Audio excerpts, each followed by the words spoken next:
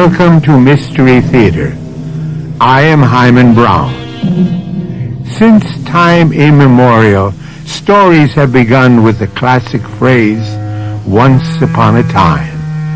Then to the avid and eager listener would come a history of love, hate, adventure, horror, every emotion the teller wanted to convey.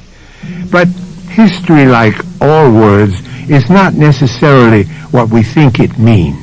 Its basic definition is a narrative of events connected with a real or imaginary object, person, or career. Note, it does not confine itself to the past. So, here is a history of the future, the kind that begins, supposing if... We recognize your presence, daughter. What is your desire? Not mine, but the Earth creature's. He demands an audience with you. Demands? He says that if he is not returned immediately, his people will send their ships against us and shoot the mothership out of the sky.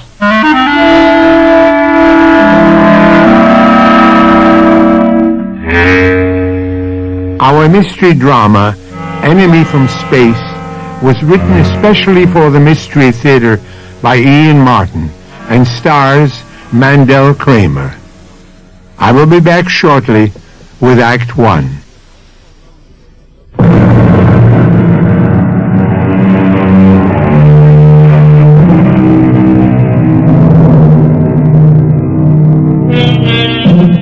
This is the year of 2029.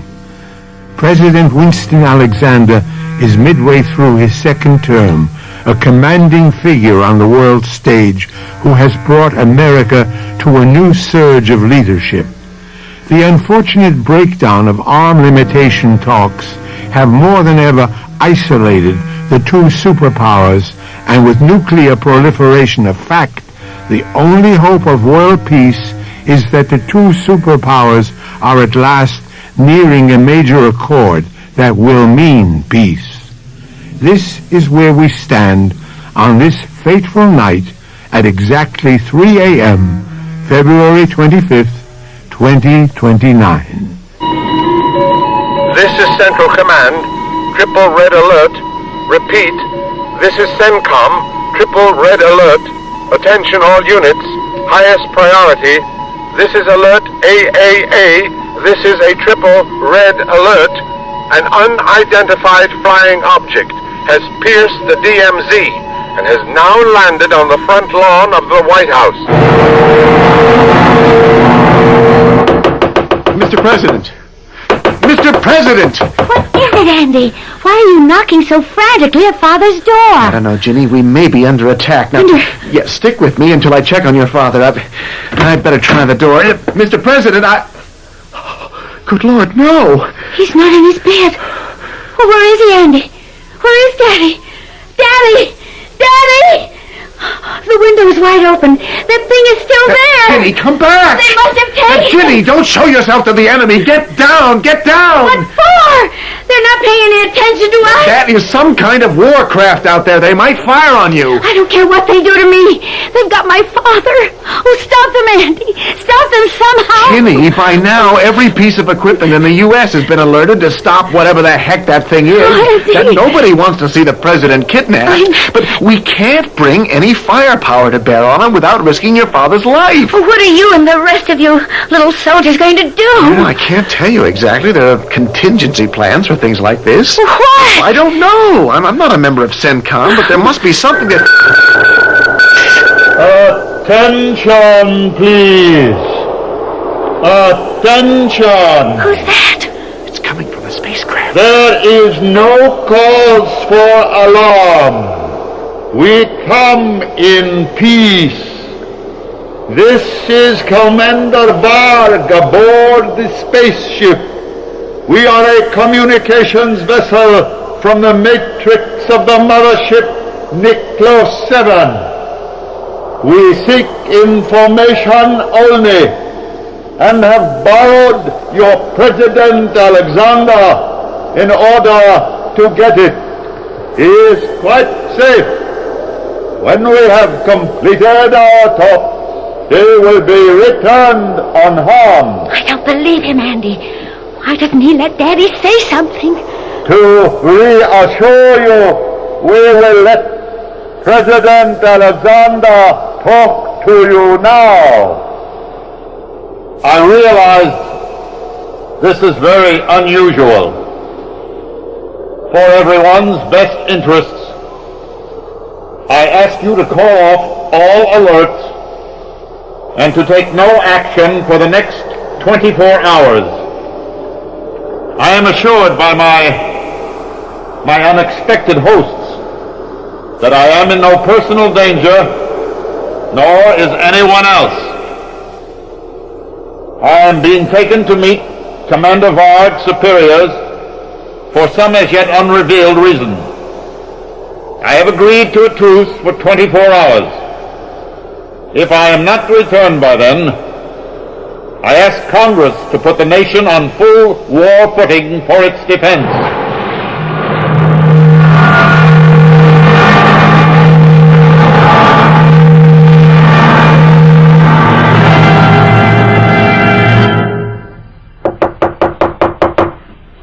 Who is it? Colonel Harris, Miss Alexander. Oh, well, just a sec. Oh, come in, Andy. Any news? No, not yet. Oh, do I have to be cooped up here like this? Shinny, do I even have to answer that? You know what it's like out there? Panicsville. Oh, what do you think it's like in here? Inside me? Oh, hold me, Andy. Yeah, I got you, Slugger. Oh. Now hang in. What's happening to us, Andy? To the whole world? Who are they? I don't know, Ginny. Nobody knows yet. Where are they taking Dad and why? Don't you think I'd give my eye teeth to be able to answer those questions? Oh, never mind you. What about all those fancy tracking systems? Our big sophisticated strategic command or whatever you call them. Didn't they follow that saucer thing or whatever it was? Yeah, from the second after it lifted off, the darn thing just disappeared. Where? How? Darling, I'm a lucky little boy in the Air Force who ended up a president's aide de camp and I hope pretty soon his son-in-law, but I am not a scientist. Oh, don't try to waffle, Andy. You must have some idea. How could this spacecraft slip all our defenses? Well, first off, it has some kind of radar negator. Otherwise, it never could have gotten here. Second, who knows what this craft is vectored on? It could be traveling on a Mobius curve that took it upside down into some other space continuum or through a galactic time window. All I know is we can't pick it up electronically, by laser, satellite spectroscope, nothing. It's just gone. And Dad with it? Gone. No, Gina, he's all right. What makes you so sure? You heard the man. What man? Well, whatever he was, Varg, the spaceship's commander. He promised he'd return your father after they talked to him. What do they, whoever they are, want to talk to him about? Search me. Oh, don't give the big stone face to me, Andy Harris. You've got to have some idea of what's going on. I swear to you, Ginny, I do not have one clue. And if they don't return Dad within 24 hours, then what? I guess we go on full wartime footing. Against what? Well, that's the big question, Ginny. It's bad enough that we have to take a step into the last unthinkable war, but to have to make that step without knowing the enemy is kind of mind-boggling. Do we even know that they are the enemy? Yeah, I think President Alexander answered that one for us in the speech we heard. He was the one that set up the time limit. And the way I read it, he wasn't running all that scared. I think he was laying it on the other guys that they weren't dealing from much strength. You really honestly believe that, Andy? I don't know what I believe. And neither does anyone else. This is the one contingency nobody ever figured to make plans for.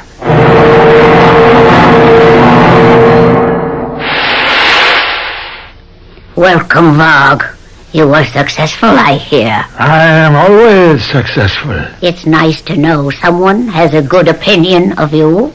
Someday I will make you sorry for your contempt for me. It isn't contempt, Varg. You're beneath that. Do not give yourself airs, Zeta, because you are half borrowed from the life stream.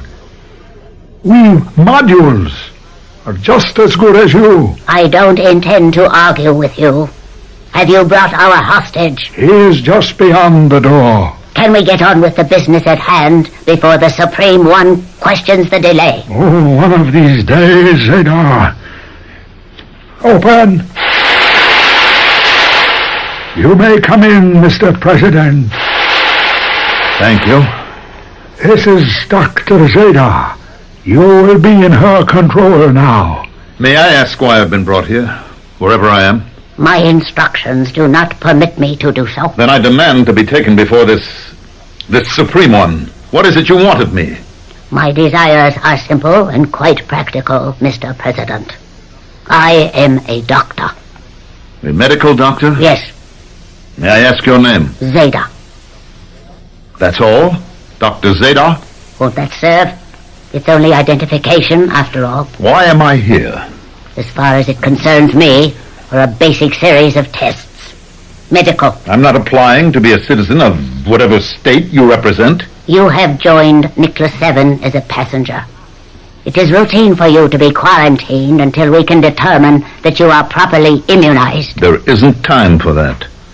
I thought I had made it quite clear to your Commander Varg that if I am not returned to Earth, or am not in contact with it within 24 hours, a state of war will exist between us and your country, whatever it's called. We have no country. I beg your pardon. We are survivors, limited to the travelers on this spaceship. Though this is a large cosmos in itself, we are not inconsequential, but we are a culture in search of a home. I don't understand exactly why I have been... Well, why mince words? Why I have been kidnapped. What function can I serve for you? I am not quite sure of that myself. It is something you will have to discuss with the Supreme One after I have finished my tests. Give me your arm, please. What for? I wish to take a blood sample. If you don't get me in to see your precious Supreme One, Dr. Zeta, you will have a bath of blood. My country, for its own protection, will throw all our might against you and blow you and your mother ship out of the sky. Not while you are hostage. Oh, yes. I would disappear with you. I am, after all, not indispensable. You mean you would permit your people to destroy you? I would expect them to if you were the enemy. Are you? First of all, I must carry out my tests, and then I will seek an audience with the Supreme One and tell him you wish to appear before him.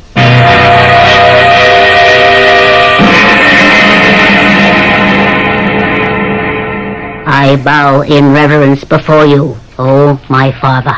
We recognize your presence, daughter. What is your desire? Not mine, but the Earth's creatures.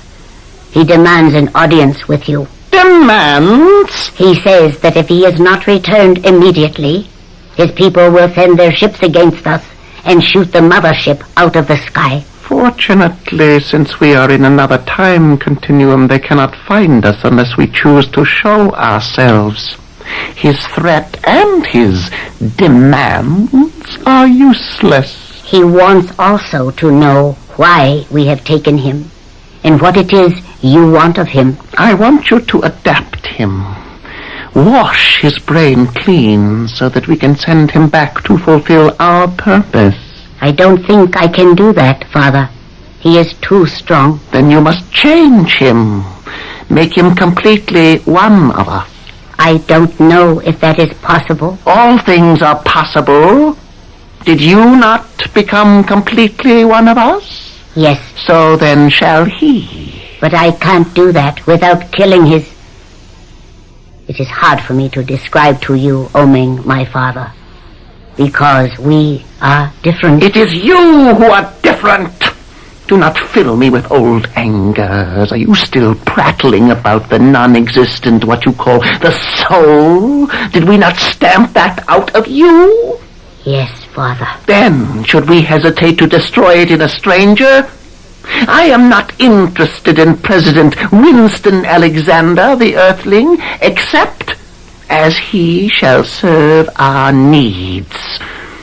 However you achieve the result, I want him fully conditioned to carry out those needs and our commands.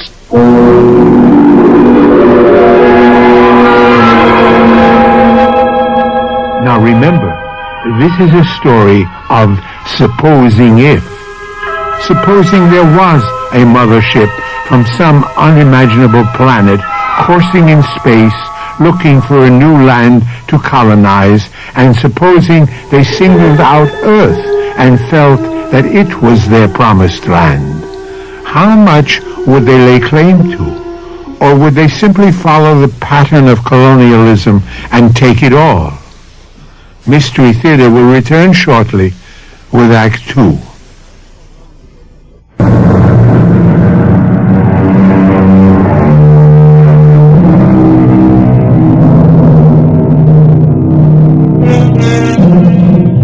The United States, since its birth, has traditionally been a haven for all displaced persons who seek a new chance in life. By and large, with few exceptions, no country has welcomed the alien more generously. But alien in a science-oriented society is no longer a simple description of someone who may differ in minor ways, such as color, creed, or politics. Tomorrow's alien may come from a background so foreign that there is no hope a world can be shared. You have been long, Dr. Zeta. What news do you bring? I am afraid not what you want to hear, President Alexander. You mean I am not to see your Supreme One? He has commissioned me to be his ambassador. Well, under other circumstances, I couldn't be more charmed. Perhaps even under these. What do we have to discuss? Mr. Alexander, if that is a correct term to apply to you. It is perfectly correct. Except somehow between us, Yes? Well, I don't know what made me say that. Some strange tug underneath everything makes me want to deny any formality between us. I must tell you, Mr. Alexander, you are wasting your time. I am not a woman as you conceive of women. Are you so sure? Yes. You must understand about us aboard this ship. We are only humanoids. You cannot judge us by your standards. Humanoids? Robots, if you prefer the word, although it is not exact. Let me explain. The mothership on which we are now traveling was named after the planet that was our home, Nicholas 7, in the Adumbrian galaxy. Some generations ago, a supernova in our galaxy exploded, and in the Holocaust that swept across our planet, almost all of my ancestors were destroyed. Those that were left found in that environment that was left, the human body, as you would call it, could not be sustained. You mean there was no atmosphere? No air to breathe? What? Oh, there was atmosphere, poisoned by radiation, and that forced us to adapt. To adapt in what way? Since the human body was eroded, we had to provide an envelope in which to sustain life. We developed what was essentially a machine, an engine wrapped in the simulacrum, the semblance of the human. And we powered it with the mind, the individual souls of those left alive. Well, if you were so successful, why didn't you develop and recolonize your planet? Because, unfortunately, our atmosphere was not stable. And in the time following the Holocaust, we were left with no air to breathe and no way to adapt our robots to some other form of energy. The strongest of us set out on this ship to seek a home in another planet. And you have brought me here to discuss introducing you and your shipmates into our culture? Oh, no, Mr. President. There is nothing to discuss. It is my function to prepare you so that you will make it possible for us to take over your planet. How? It would be hard for me to explain. In storage, against the necessity for constant replacement, we have robots ready to be activated. You see this machine here. Machine? Perhaps you did not recognize it as such. 2 rooms behind glass doors. In one They are already placing your robot. My robot? He does not look much like you yet. But the electrodes they are attaching to him will be synchronized with the electrodes we attach to you. And when we are finished, he will be, in every physical sense, a simulacrum of you, a duplicate of you. And what happens to me? You become a husk to be discarded. What?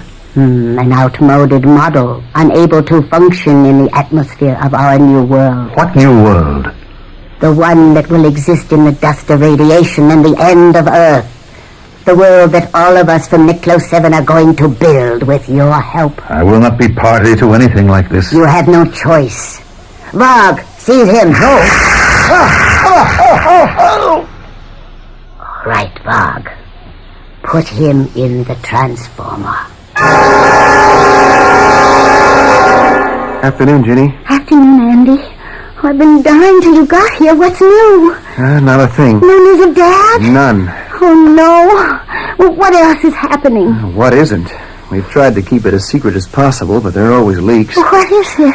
Thank heavens the country doesn't know about it yet, and the press is capped, but the diplomatic wires are burning. What do they say? Well, they don't say anything, baby. They just ask. Naveep has been on the hotline off and on all day with President Brusco. What's his reaction? What's in it for them, first off? Then diplomatic regrets. They probably figure if we're going to be under attack from outside in space, it might be time for a little more cooperation. But we don't know yet that they are under attack. Baby, a pirate ship turns up on the White House lawn, and in spite of the greatest security set up in this old globe, they just take our president away like he was off for Disneyland? Hey, everybody's running scared because they don't know what's next. Baby, we don't know what we're up against.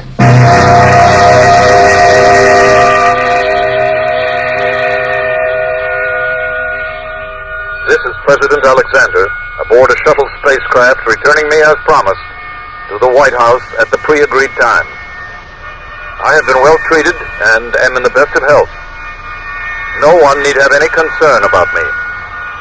I have just completed preliminary discussions with a friendly power from outer space, which will have dramatic and earth-shaking consequences for the safety of America and the whole world.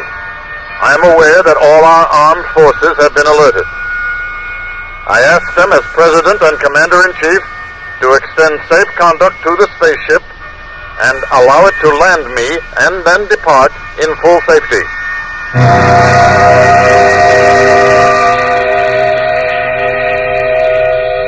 What is it, Andy? I can hear it, but I can't see it. You, me, and everybody else, Jenny. I'll lay odds even radar and Transcom haven't got a fix on it. Well, it can't be just invisible. Well, it could be. Probably sets up some sort of magnetic field which locks it out of all our sensors, including just plain old eyesight. But it sounds louder and louder.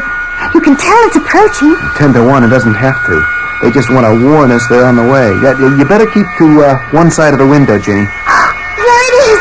See it, Andy? Where? Oh, by the monument. It's spinning in like a frisbee. At least that's all it was. Oh, you don't think anything's going to go wrong, do you? Sure had better not. Since that thing showed up in the first place, I got a hunch nothing's going right.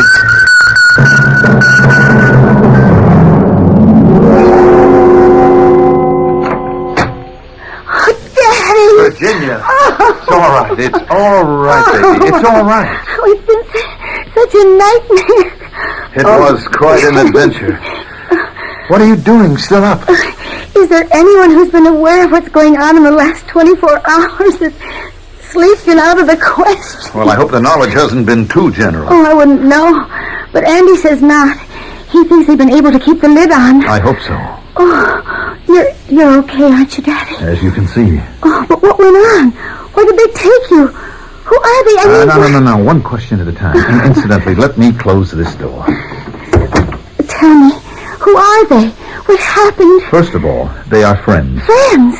I shudder to think of what might be about to happen to our world if they hadn't warned me. Warned you of what? A monstrous plot to destroy America.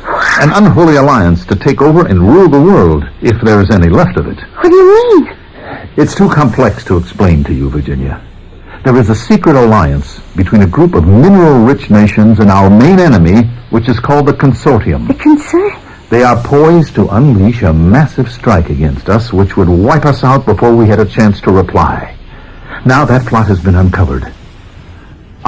We have an opportunity to treat with them, or at least with our knowledge to instigate a preventive strike. Thanks to our friends from outer space, we have a chance to buy some time, or force enough, to hammer out a new agreement.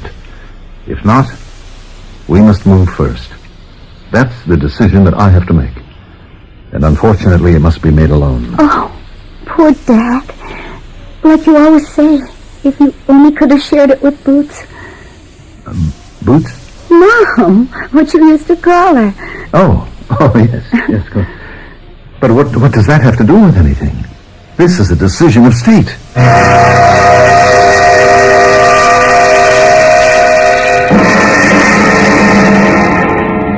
Who is it? 6 audience? Commander Varg, oh Supreme One. I have a little time left. My light is growing dim. You shall be my successor, and I will have you bound in union to my daughter. In her burns the only flame which can guarantee us immortality. You must guard it first of all things. You sent for me, Great Father. I ask you about the Earthling. Varg has delivered him back to his planet. Has this module, this simulacrum, been properly vested with our ideas and desires? Yes, Father. Then we control this robot completely? Yes, Father. And the real, what is his name, Alexander has been eliminated? I didn't hear your answer, daughter. The real Alexander has ceased to be a threat.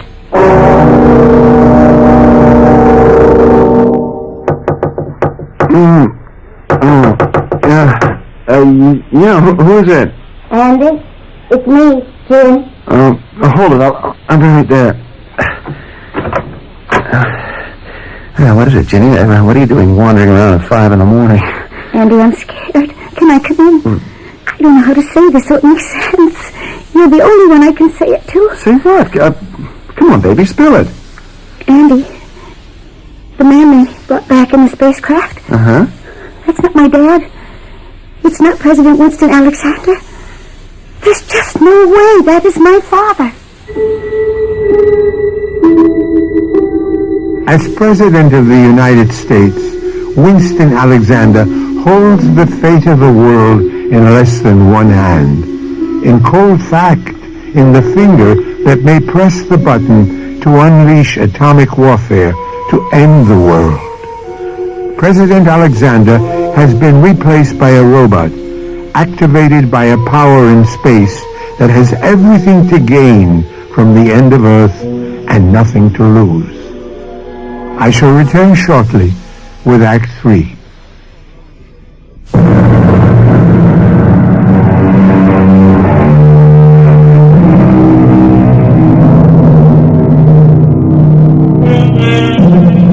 While America sleeps safer in the year 2029, secure that her kidnapped president has been returned safe and sound, his daughter is the only one to question what we know to be the truth, that the man who sits at one end of the hotline is a robot from outer space, controlled and operated at the whim of the leader of a spacecraft, desperate to find a home for his alien cargo. Only President Alexander's daughter faintly glimpses the truth. Can her instinct be enough to stop disaster? What are you talking about, Ginny? I tell you, he is not my father. Well, you mean they brainwashed him or something? I don't know what I mean, Andy. It's just, I don't know, little things. He is not my father. What little things? Oh, I don't know. Like, he calls me Virginia. Now, that's funny, that's strange. Dad never called me anything but Jim. And he doesn't... I don't know how to describe it. It just doesn't feel right. Ginny, we've all been through the ringer and been pretty shook. Now, you're just jumping at shadows. I'm not. At Boots. Huh? Boots. That was Dad's name for my mother. Dad could never forget it. Ginny, your mother's been dead for 15 years. You don't forget things like that. Dad wouldn't. He can't forget his own name for her that he loved to call her. If it isn't your father, who is it? I don't know. Oh, Andy, do you think I'm losing my mind? Because there's something about him that scares me. It scares me right down to my heels. Wake up, Mr. President Alexander. Wake up. That's such a long name. We must find something more suitable. What did your wife call you? What did you say? Did your wife have a name for you? My wife? Ruth? Boots? She called me Wink. Wink? Yes, short for Winston. It was a silly name, but I liked it. Wink. I like it too. Wink. Well, where am I? Where I brought you. To my bed. To your bed? I can't stay here. You must. Where else can I hide you?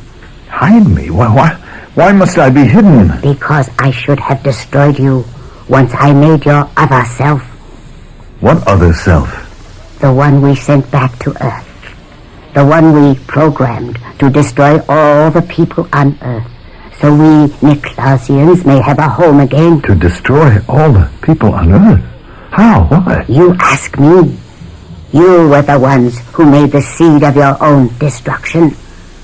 What the bombs do not obliterate, the radiation will disintegrate. When there are no living left, we robots can make it home. Nuclear war? That's unthinkable. Look, I know President Bruskov. He's a man of sanity. He could not start such a war. It is not he who will start it. Who then? Yourself. What? Me? In the image I have created of you and sent back to take your place. Wait a minute. Now I'm beginning to remember that machine, that scanner, and a robot that you were molding so that it would look like me. But you didn't. You couldn't have. I already have. He is sleeping at this moment in your bed on Earth. When he rises tomorrow, he will still believe what he has been programmed to believe. That his friend, President Bruskov, and a number of leaders from the Third World have betrayed him and are prepared to start an atomic war against America. Convinced he has no other option, he will initiate the war instead.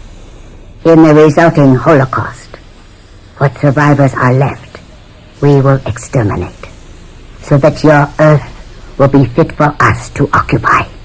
Well, then what purpose am I being saved for? When we met, you felt the same urge I did. A long-forgotten urge for me. I am not like most Nicklausians. My mother was alive, the last of the humans on our planet. You are the first living man I have ever known. What? I want you. You want me? You want me for what? As a luck charm? As a house pet? Look, I have got to stop what you say is going to happen. There is no way. There has to be. Zadar, listen to me. Yeah, you say that your mother was human, and you are her child. So you must have some feelings. If you have any love for me. Love? Well, what made you keep me alive? I don't know. I wanted to know, to feel, to understand why I felt these things in me I never. Wink. Is what I feel for you love? I doubt that. Love doesn't ask or demand. Love gives. You want me to give you something? Yes. Give me my freedom to go back and to save my world. Bog! What are you doing here? I've been listening to you plan treason against Domeng and our ship. But I ran a screen so no one could listen. As commander of the ship, I have my own communications. No one can shut them down. What is it you want? Him. Why? To eliminate him, as you should have done. Leave him alone. Give me the Earthman to destroy, and give yourself to me, and I will keep your treachery my secret. No. I am in no mood to argue. I will destroy him now. Don't. I warn you. How can you stop me? Like this. How can you? No one is to be harmed but me. You fool. I am a doctor. If I can create the simulacrum of life, do you think I would not have the power to destroy it? But we are deathless. Only the human spirit is that. A robot dies forever with the body. But you can give another body to... Never. It's time that all of us went down to destruction. Good Lord, he's just disintegrating. It's not a body at all. It's just a mass of wires and circuits and transistors. Is that what's sitting in place of me at this very minute?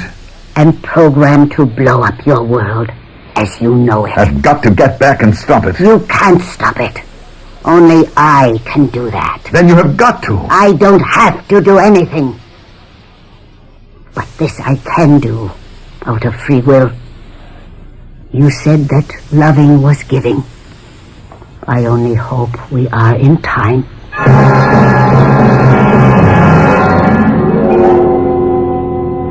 We've got to get back to the White House, Andy. I know, I have the duty in an hour. Tonight, I have the black box. The phone? Yeah, the trigger. Once the code words are spoken into it, that's the end of it all. Oh, no, Andy. He's not planning to use it. I don't know, honey. This has been a day to remember. Or forget. Ever since he came back from wherever the Spacenicks took him, he's been obsessed by this plot, he says. They proved to him that the other side is set to push the button. I want to tell you, the cabinet meeting was a shambles. He is not my father. But whatever he is not the president. Yeah, that's why I had to get you away from there to talk to you for a moment. Crazy as it is, somewhere along in this afternoon, watching him, I knew you were right. The guy in the White House is not our president. Could you convince any of the cabinet members or the Veep of that? Nah, just a lowly lieutenant colonel and the president's special aide. I'm still on the outside looking in. So what can he do? Try to keep cool. Nothing's happened yet. And nothing is going to happen. But you just said that. Yeah, but I was on the outside looking in. That's true. Except for one thing. Tonight, I have the special duty. Remember? The black box. Right. If he tries to use it, Ginny, I'm going to stop him.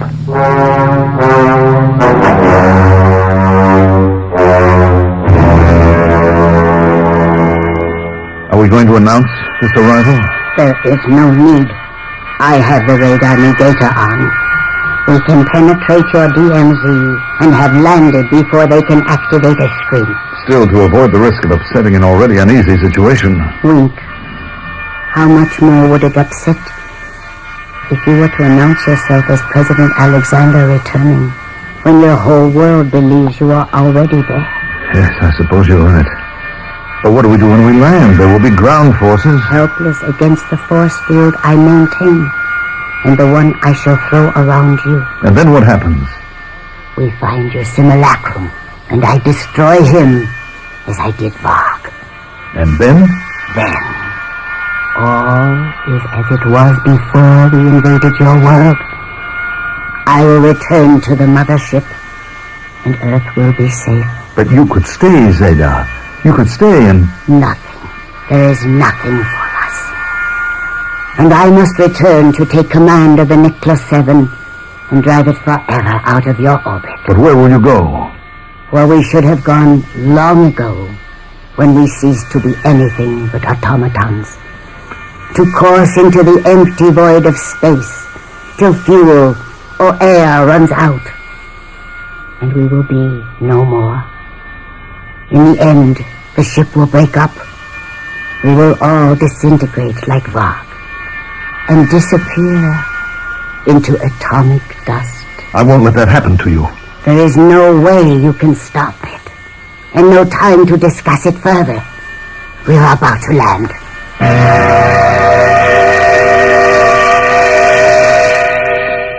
Close the door, Colonel. Yes, sir, Mr. President. Only what? Ginny wanted to talk to you for a moment. Well, Ginny will have to wait. I have no time to talk to her now. Close the door. Yes, sir. Bring the box over to the desk and open it. Yes, sir. Why did you, want me to open it, sir? Because I'm going to have to use it. Use it, Mr. President? The forces of evil have bound themselves together in an unholy alliance to wipe the America we know from the face of the earth. We have no choice but to take preemptive action. Open the box and give me the phone. No, sir. What? If you disobey my orders, I'll have you shot. Yes, sir, but not much chance of that, since I'm the only one that's armed at the moment. You think for one moment that outmoded weapon that you're pointing at me could... What's that? Well, I'll open the window and... It's the spaceship! What's it doing here? Let me see.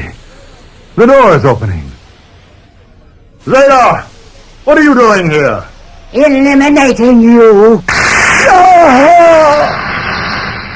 So, that is the end of it. And us, Wink? No. Don't go. I must. But I gave you something, Wink. I gave you back your world. What can I say? Only goodbye. Me and mine. We're a disease which had to be stamped out. And will be. You will never see or hear of us again. But at least once, Wink, I gave. I found out what love is all about. I would rather have lived it, but it is also worth dying for.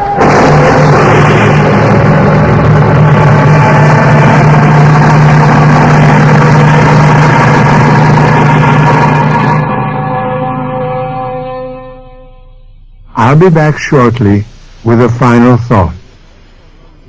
The nights are lonelier than ever now for President Winston Alexander since his daughter Ginny married full Colonel Andrew Harris. Oh, they live in Georgetown, not too far away, but far away are his thoughts, far away beyond the stars, with a woman named Zaida, who learned about the miracle of love just in time, but still too late. Our cast included Mandel Kramer, Evie Juster, and Russell Horton. Associate Director, Marlon Swing. This is Hyman Brown, Producer Director, inviting you to return to our Mystery Theater for another adventure in the macabre. Until next time, then, pleasant dreams.